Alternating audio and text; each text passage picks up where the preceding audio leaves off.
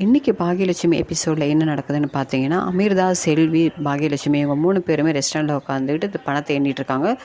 ரொம்ப கம்மியாக தான் போய்கிட்டுருக்கு, வருமானம் சரியாக இல்லை, ரொம்ப நஷ்டத்தில் தான் கொஞ்சம் போய்கிட்டுருக்கு அப்படின்னு பாக்யா சொல்கிறாங்க.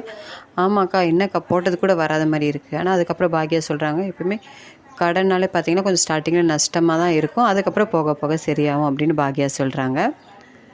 என்னக்கா ரொம்ப ஞானி மாதிரிலாம் பேசுகிறீங்க அப்படின்னு சொன்ன உடனே பாக்யா சொல்கிறாங்க, இல்லை செல்வி, எல்லாமே பட்டு பட்டு வாழ்க்கையில் எனக்கு தெரிஞ்சிருக்கு அப்படின்ற மாதிரி அவங்க பேசுகிறாங்க.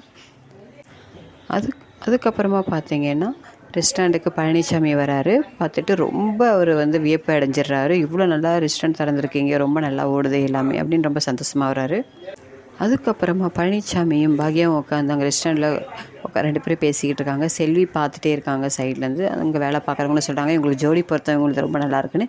செல்வி அதை கேட்டுட்டு, ஆமாம் இவங்க ஜோடி பொருத்தம் ரொம்ப நல்லா இருக்குல்ல அப்படின்னு சொல்லிக்கிட்டு இருக்காங்க. ஸோ இது மாதிரி போயிட்டுருக்கு. இங்கே பாக்யா வீட்டுக்கு ஃபோன் அடிக்கிறாங்க. அவங்க மாமியார் மாமனார் கரெக்டான நேரத்தில் டேப்லெட் போட்டாங்களா அப்படின்ட்டு யாரும் ஃபோன் எடுக்கல, அவங்க மாமனார் ஃபோனை.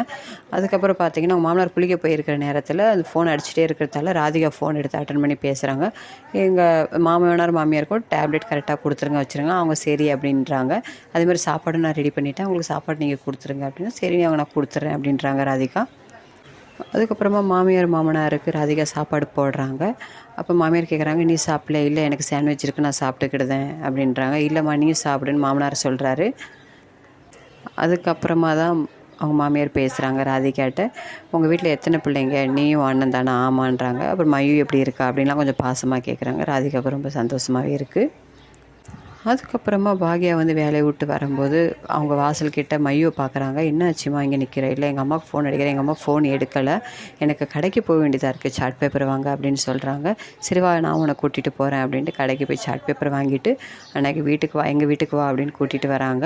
அந்த இடத்துல அவங்க மாமியாரும் மாமனாரும் உட்காந்துருக்காங்க. உடனே அவங்க மாமியார் கேட்குறாங்க, இவ்வளோ எதுக்கு இங்கே கூட்டிகிட்டு வந்த அப்படின்ற மாதிரி இன்றைக்கி கேட்குறாங்க. ஓகே வியூவர்ஸ், இன்றைக்கி எபிசோடில் இவ்வளோ தான் காமிச்சிருக்காங்க. இந்த வீடியோ பிடிச்சிருந்தா என்னோட சேனலை மறக்காமல் சப்ஸ்கிரைப் பண்ணுங்கள், லைக் பண்ணுங்கள், ஷேர் பண்ணுங்கள், கமெண்ட் பண்ணுங்கள். நான் ரொம்ப ஷார்ட் அண்ட் சிம்பிளாக உங்களுக்கு சொல்லி முடிச்சிட்டேன்னு நினைக்கிறேன்.